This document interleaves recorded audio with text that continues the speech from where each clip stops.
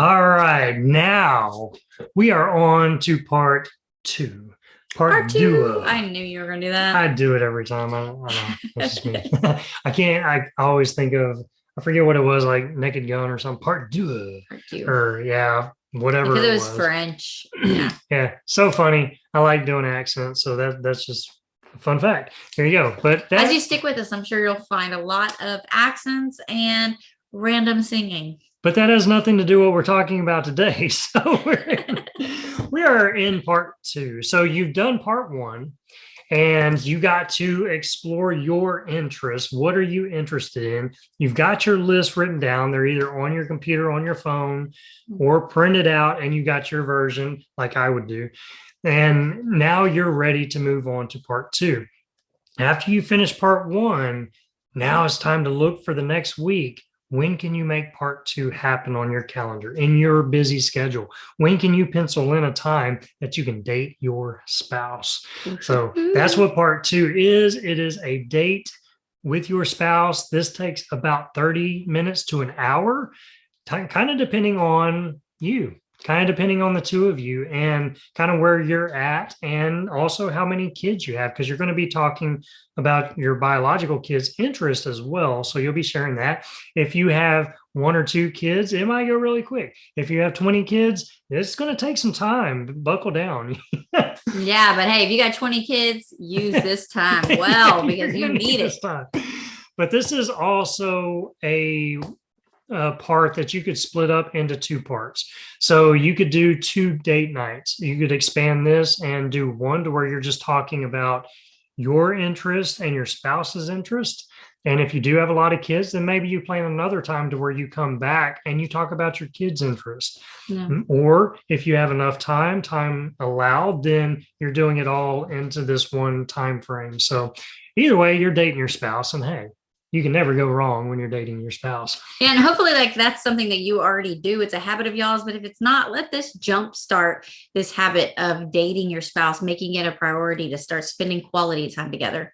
Now, unfortunately, in marriages, that's one of the first things to go, especially when we have kids and we get busy, is we don't spend that quality time. Yeah. And in a blended family, we have to spend quality time together. We've got to make that a priority, because if not, it really will start dividing us. We'll start seeing each other. We'll start seeing all the negative things about each other. And then we'll start letting little things start nitpicking and getting in between us. But it's crazy. I know God made it this way, but when we spend more time together, all that goes out the window. Kind of this whole concept of what you focus on, that's what you're going to see more of. So if we're focusing on problems, you're going to see more problems. You focus on bad things, you're going to see more bad things. But you flip it. When I focus on good things, I see more good things. So that's what we're doing here, is we're really shifting that focus to where we're working on each other. These are date things that we're getting to hang out, but now we're learning about each other. I'll tell you one thing. We did this because this has kind of been our whole process throughout our 15 years being married. And whenever we finally said, okay, what was the thing that we really had the greatest success in? And it was having fun together, creating fun opportunities. We saw the most reward in our family when we did that. But the thing is whenever we put all this process together, we're like, we need it in an easy form, not a 15-year form. Okay. Yeah. All the blended families, you as a blended family, you don't want 15 years. You want like the quick, like, give it to me. And so that's where we put it into a 5-part process and really spelled it out and laid it out to where it makes it easy. But what we did was, when we went back through this almost 15 years later, we're still learning things about each other. We were filling it out. We were sharing, and it's like, you like doing that? And it's like, yeah, you didn't know that? So that's the cool thing about it. No matter where you're at in your blended family, this meets you. This fits. So it is just amazing of the things you can learn as you're going through. Yeah, you may think like, oh no, we've been together long enough. I know everything. Like, there are some things that we just put in our mind that we think about our spouse. Like, I learned that this guy likes Hallmark movies. I have been watching Hallmark movies alone in my bedroom for 14-ish years. And then come to find out he actually likes him. And I was watching my bedroom because I didn't want him to have to suffer through. And it turns out He likes them. And I don't cry. I don't cry in any of them. I have bad allergies and my eyes get watery. So that's the only thing. Just disclaimer on that. But but you'll learn so much about each other whenever you do these things. So date nights are so important. You've got to make that a priority. And we also say that that's what you shoot for. You're shooting to date each other one time a week. They don't have to be big dates. They can be little small dates. It could be a 15-minute walk around the block a few times. That's what we do when we talk about life. We talk to each other. We're just doing something outside of the normal. So it can be something small. It can be something bigger. Maybe you go out and get an ice cream, or, maybe you got. I love that his big is going out and getting ice cream. I'm thinking we can get away. Or if your budget allows, you're getting away for a week, just the two of you, right? So yeah, it is whatever it is, but just make it a thing that you do. But it's a target that you shoot for. As we shoot for targets, sometimes we miss. Sometimes we shoot around it. Like we might plan on every week, we're going to have a date night. We're putting it on the calendar. And maybe we missed one week. We don't beat ourselves up. We just do a date night the next week. So it's one of those things that is just always on our mind that we do. And whenever we make that what we're shooting for, we date each other a lot more. So there's power whenever you do that. And whenever you're making each other a priority, your kids are benefiting because it keeps you closer together and it helps you to be better parents. It helps you to be better connected. Your kids need you to have a strong marriage. Mm-hmm. And it's taking that time together which makes a strong marriage. And let's face it, you being in a blended family, you've been in a failed marriage before. You know the heartache and the pain that follows that. And that's why we say having that strong marriage and prioritizing this couple time together is so vital and so important. And this part 2, you're going to end with all of these ideas that you can do as a date together. Plus, it is a date within itself. You get to have fun together. So that's the whole thing. We talk, you got to date yourself or you got to date each other. And it's like, no, it's like you get to date each other. Mm-hmm. We get to have fun. There was a reason why you two fell in love. There's a reason why you first saw each other and went, hubba, hubba. There's a reason why. there was something that many things that you liked and y'all fell in love. And as we continue, through the years, we start losing some of that. We lose some of those feelings because we let it fade away. But when you date each other, it helps keep them at the front of your mind and it reminds you why you love that person. So it's really, really important. But this is what's so cool about part 2 is you're dating your spouse. So now what you're doing is you're setting apart 30 to 60 minutes. That's about how long it's going to take. So you're planning, you're putting it on your calendar within this week. When can we make this happen? You and your spouse, you're talking about looking at your calendar and like, oh yeah, we could do it on this day. And so you pencil that in, you spit, handshake, and you're good. You're going to do it. You're going to make it happen. Or you could kiss. Whatever. But make it happen. Put it on your calendar, set reminders, and you're going to come together. And it's going to be a great thing. So yeah, and then create an atmosphere with it. Decide, okay, this is date night. Let's have fun with this. And I always say this to the ladies as well, because we have in our head what a romantic night looks like, and then we just assume or hope that our husband will step up and do those things. You don't have to wait for him to light some candles. You don't have to wait for him to put on some background music. You can do that. So maybe your kids are in bed because you couldn't find a sitter. Your kids are in bed and you go in the room, you light some candles, you have some nice music playing in the background, get you a few snacks to take into the bedroom, and then you sit down and get ready to do this process. It's okay for you to take that initiative too and decide, or maybe y'all want to go out and you're going to a coffee shop or over dessert, something like that. You get to decide, what do you want this to look like? And talk about it. But yeah, it's good to have that open communication, because if you are expecting your spouse, like if it's the husbands that just aren't that romantic, which tends to be the case sometimes. And you're expecting them to cook this big fancy meal. And then whenever it comes time, he comes in with a bowl of ramen noodles. I mean, That didn't happen in real life one time.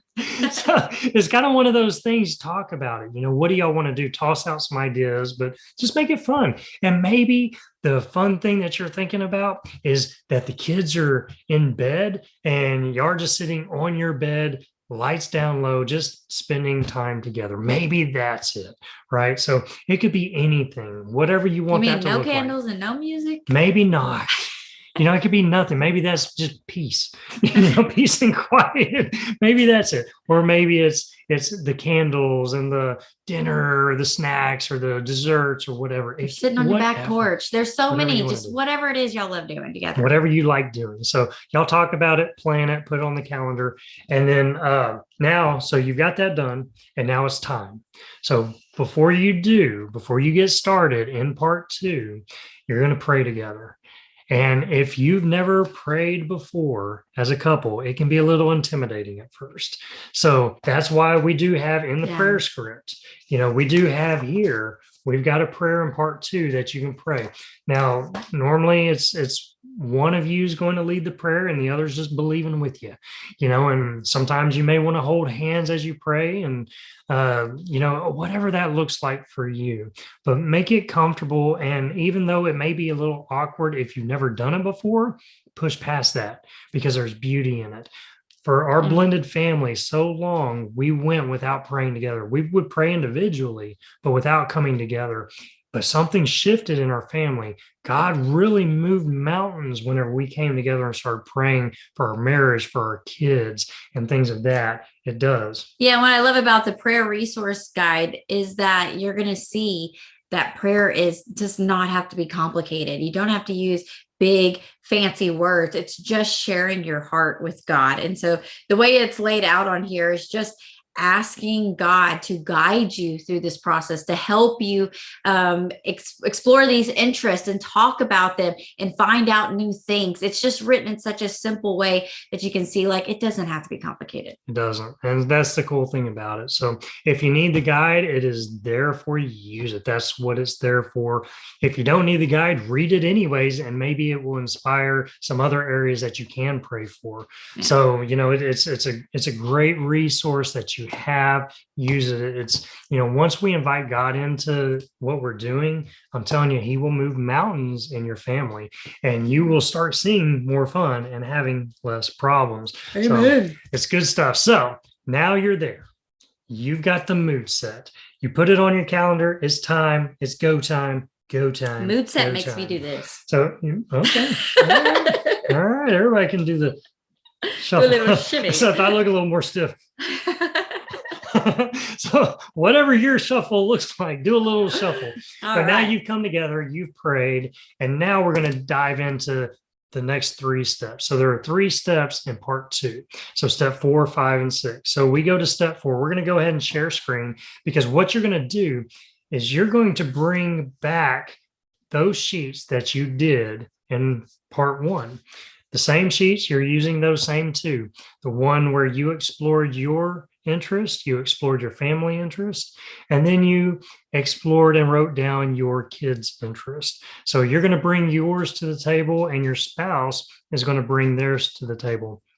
Now, if your spouse didn't do part 1, then maybe you're taking a blank sheet and asking your spouse. Maybe they were unavailable to do part 1 with you, but maybe you're taking this sheet and through part 1, you've done yours. And then through the time you're saying, hey, what are some things you like doing that don't cost money, that really bring you joy, right? So you're kind of asking them and getting that information too. So, hopefully both you and your spouse are doing this together. That's the hope. And if not, by part 2, hopefully it's pulling them in. So to where they're seeing the excitement and they're seeing the fun. And it's like, hey, you want to go on a date with me?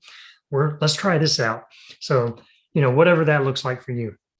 But so you're going to take this and part 4 or step 4, what you're doing is you're sharing your interest with your spouse. So this is where you're going to share your interest. You're going to take turns. So maybe you start it and then your spouse does it after. But there's an important part here that I don't want you to miss because it's so easy to sit here and take it and say, here's my interest here, read it. And and you can do that. Very, very weird the way you just did that. Yeah. Well, hopefully it's not that bad. But if you, that's the easy way. Just, hey, here it is. Maybe plop it on the table and that's what I like. That's fine, great, easy, but you miss a crucial part. It's something when I share my interest, I'm excited. There's excitement, there's feeling behind it, there's emotion behind it. Mm-hmm. And your spouse gets to receive that, gets to hear that from you. And like when she's sharing with me her things that she likes, I get excited. I'm like, oh man, okay, cool. So you see a new side of your spouse whenever you're sharing these things. So don't miss this part. So what you're going to do is you're going to pull yours out and y'all can rock, paper, scissors, whoever goes first, it doesn't matter. You choose who goes first. But you pull your sheet out and we've got it here. And this is what we did in part one. You're like, okay, you're going to start with your small interest and say, well, coffee makes me really happy. I love coffee in the morning. I love the smell. Whenever I wake up, it's just like this thing in my mind, like, oh man, I can't wait to taste that warm cup of coffee. And then, a hammock. I love hammocks. There's just something about being able to get outside with the wind, to be able to just to swing and to shut my brain off just for a few minutes. There's beauty in that. I love that. And a walk. I love taking a walk. There's just something about getting out in nature that I miss because I'm in the house all the time. And you see how I'm explaining this? Yeah, it's not just saying coffee, hammock, walk, cozy blanket. Like it's not just like listing them out, but explaining like what it is, like exactly about that. Exactly. And the thing is whenever we say it, it's almost you'll watch yourself. It's almost like a natural tendency to want to explain yourself why you like it. And so that's the cool part about it is now your spouse is hearing that from you. And so you're going to share your small interest. And then now your spouse is going to share their small interest with you. And they're going to say, you know what? Well, I like an afternoon tea. I like tea time. I love that. It's just so warm, so cozy. But they're going to go and maybe they're saying, and I love coffee in the morning and about next thing. And they're sharing and they're explaining what they like doing and what you're doing. Yeah. Well, and I was going to say in this process, when your spouse is sharing theirs, say you're the person that went first and they're sharing, they may say something and you're like, oh yeah, I like to do that too. So this isn't like written in stone. Like you can go and add in there like, oh yeah, I like music or I like that too, and add it in. And then it's like, I forgot about that. So, that's totally fine. We found ourselves doing that too. It's like, I forgot all about bowling.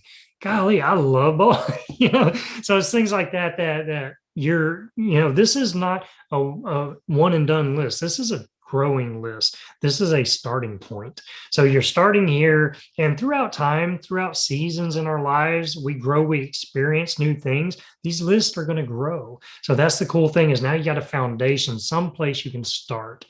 But now your spouse is sharing their small interest. And I want y'all to take note. Maybe both of you said, hey, I like laying out in a hammock. So what you do is you sit there and you highlight that on both of your lists. If you're doing it on the computer version, you can use the highlighter and just highlight it to a color that stands out from the rest. So you want to make note on both of yours, like, hey, we both like a hammock. Hey, we both like drinking coffee in the morning. Cool. So what you're now noticing is those common interests. The things that you like doing and I like doing, that's a common interest that we like doing that we could do together. And, and you're both taking notes on your individual paper. So if you're doing yours on your computer, you're highlighting that. Maybe he has the physical copy, your spouse has the physical copy that they're using, and they're just making note on that because you're going to use this later in one of the other parts. So you're circling it, you're noticing, that's the whole thing. Notice. your couple's common interest. That's what you're doing, is noticing. And then you're going to move on to your big interests. Then you're going to swap roles again, and you're going to share your big interests. You're going to be like, I love going shopping. I can spend some money. Let me tell you, I need a new pair of shoes. I didn't think you'd use that as a sample because you do not like shopping. Yeah. Well, I do, and I know what I'm going for. That means you don't like shopping. Yeah, I'm the true guy. I know what I'm going for, in, out, done.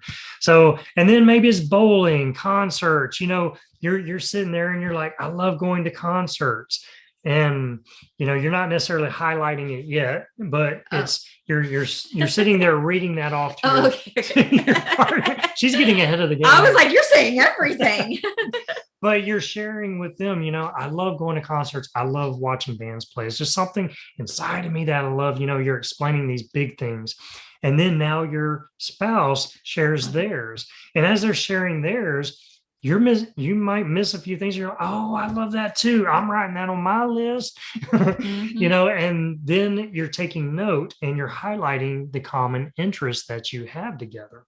Because a lot of these, what you're going to be able to do is use these for date nights later on coming up. You'll know more things that you can do instead of, hey, we just always sit down and watch Netflix together. That's our date. Now you get to add some flavor, some spice, and it's things that y'all like doing. So that's the awesome, cool part about this. So you're going down there, and then the last thing on the list is now you're telling them the things that you like to try.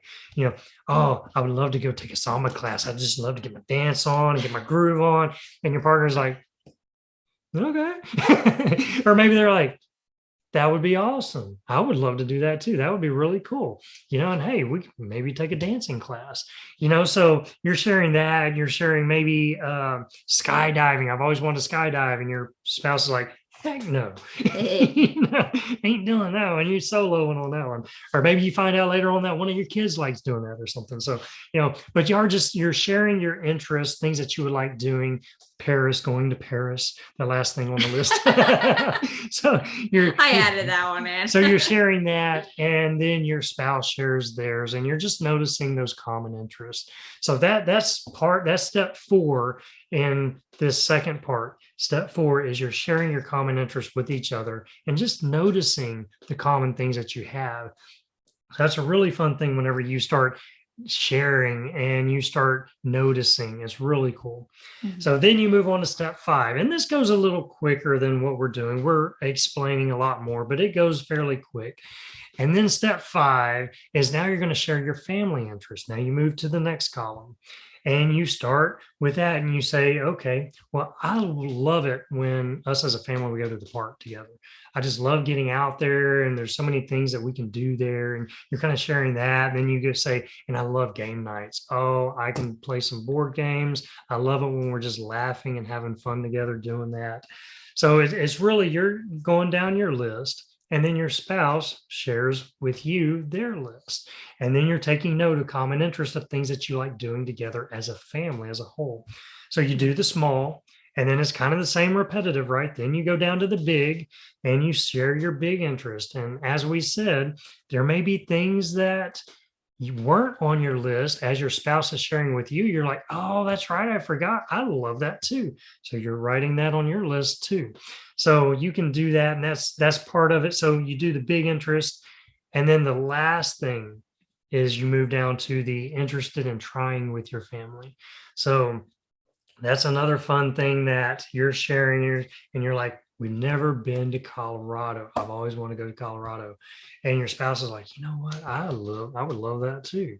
So, you're finding these common. Then you got your next family vacation. There you go. Or maybe your kids don't like going to Colorado. Oh, so don't plan it yet. And so that becomes a couple's date, a couple's trip that you get trip. away. So, there you go. So you're learning and you're having fun, but really you're doing this and you're connecting, you're learning more about each other. You're finding things that you really love doing together. We found that we really enjoy playing tennis together. And that was a thing that we had never talked about before. We just experienced this later in our marriage. And it's like, you know what? All right, well, let's make this a part of our thing. And we went out there and we started playing tennis, and we had a lot of fun doing that. So, you start discovering things, new things that you can start doing together. So that's the cool part about that. So that's step 5, is share your family interest. So now you've shared your interest with each other back and forth. You're big, small, interested. Now you shared your family interest. You're big, small, and interested. Now the last step, step 6. This is one, if you have time to do it all in one setting, then you can continue on, or this is a good time to pause and then create another date night to where you talk about this, whatever works good for you. But in part 6, now you're going to the second sheet that you had, exploring your kids' interest. And you're going to have your list of your biological kids, and your spouse is going to have their list of their biological kids. And you're going to take turns. You're going to go kid by kid, and you're going to sit there and share with the bonus parent. You're going to sit there and like, Riley's my biological daughter, right? So you're going to share and you're going to say, well, Riley, she loves video games. Ever since she was young, we would play this little video game, Mario Kart. And then as she got older, she likes playing this game. And now she just, she's a gamer, and she loves drawing. Man, this girl can draw. She just loves doodling, and she loves really drawing animals. Animals is her big thing that she just really likes. I see her drawing that all the time. She loves playing soccer. Soccer is like her game. Like, she'll get out there and she'll kick the ball all around. She loves playing competitively, but she loves just getting out and just being outside kicking the soccer ball. Now, the cool thing about this is the bonus parent is listening to this and like, I didn't know that about her. Okay, so she likes doing this or that, and then what you're starting to notice is, I like playing soccer too. Soccer was a really fun thing for me. So maybe that's a thing that I could just take that mental note of saying, maybe I can ask her, hey, you want to go play soccer with me? You want to go kick the soccer ball outside? So now we're developing ideas of ways we can create fun opportunities with our bonus kids, to where we can have some type of connection with our bonus kid and them with their bonus parent, to where now we're having fun over something that we both enjoy doing. There's power in that. And a lot of times they're more willing to say yes to something they like doing.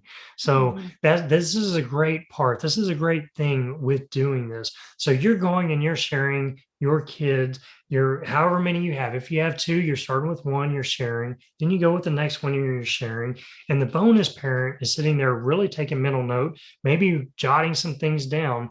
But, we're going to take all that later in parts 4 and 5 and really develop some cool plans, some easy plans that now we can get a little more intentional with how we do it.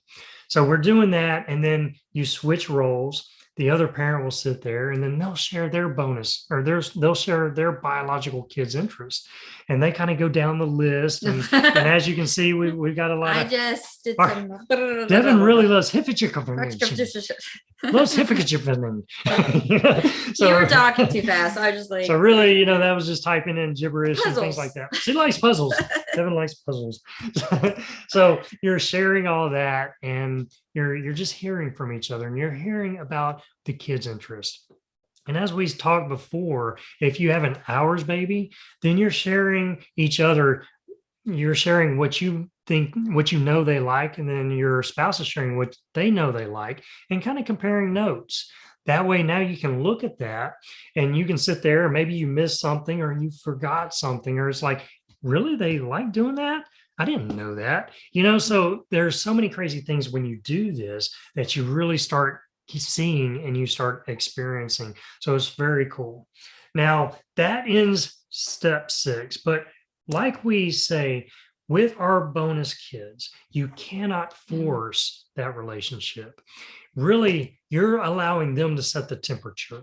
A lot of times we can go into it trying to force them to love us. And when we do that, really, we're pushing them away.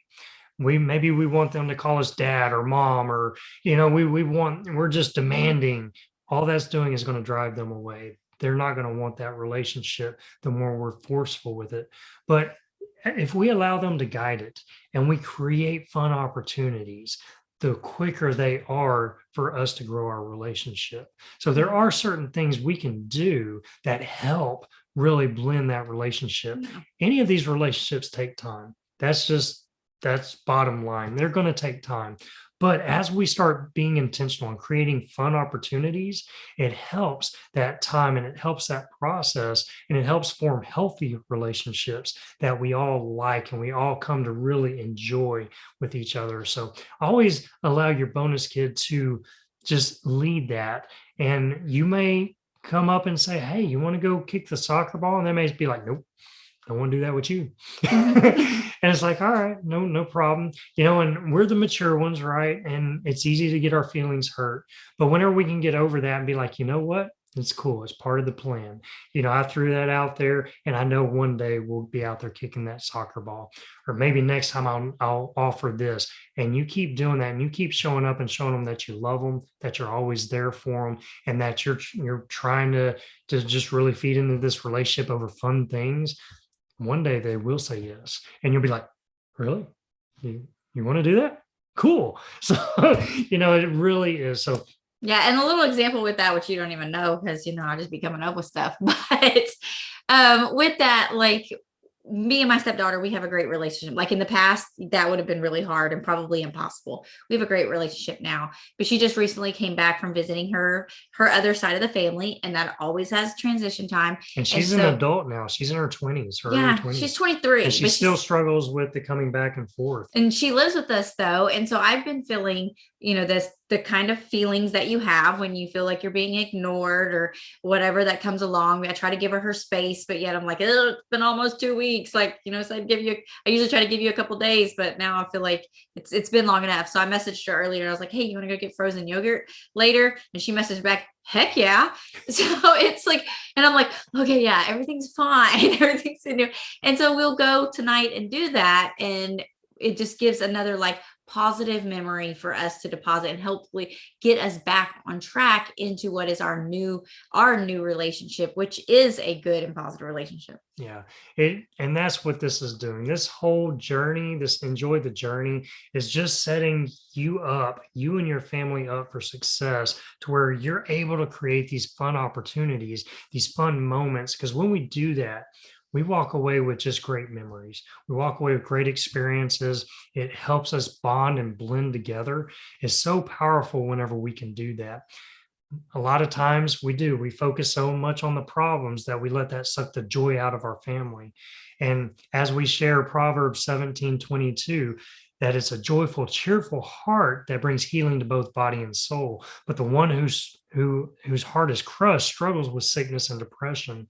So often as blended families, we focus so much on the problems and the negative aspects. That's so easy to do because there's plenty of opportunities, trust us. But whenever we do that, all we do is we see more and more and more of it, and it creates a negative vibe in our home that really starts repelling people. So being able to do this, to go through this, enjoy the journey, you're setting yourself up to where you're creating fun opportunities, a fun house, a fun environment. And that's really the heart of this. And this is something that once you get through all 5 parts, it's a revolving door. It just keeps going over and over and over again. But now you're set with a great plan. You're set with things that you and your family love doing together.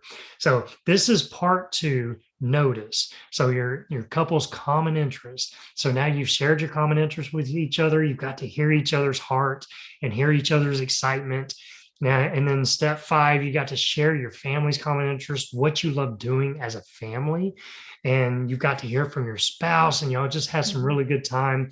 And then you got to share your biological kids' interest with your spouse. And they got to hear some things that they may be learning and going, oh, I'm taking those mental notes. That's so cool. And then on top of that, you got to hang out with your spouse. You had a date night, and it's something special. It's something memorable whenever you do things like that. So awesome. So whether you had it on the computer, on your phone, or you had a printout version, you have your sheets. You shared it with your partner. You've noticed some of those interests that you have as a couple. And then you shared some of your kids' interests and you started noticing, taking mental notes of some of those. So you hold on to those sheets because you're going to need those in part 3. But that wraps up part 2. That's the notice. So you're done. So from now, Awesome. from this point forward, you're going to look at the next week and you're going to say, okay, when can I plan for part 3? When can I sit there and, you're talking with your spouse, when can we put this on our calendar? When can we make it happen? When is our whole family going to be together? And so you're going to put that on your calendar. And then that's where you'll watch part 3 and we'll go in more details and show you what that looks like for your family fun hangout. So listen, love you guys. Thank you for tuning in on this one. Enjoy your date night. Go date each other, learn lots, and love lots. We'll see you on the next one. Bye, guys.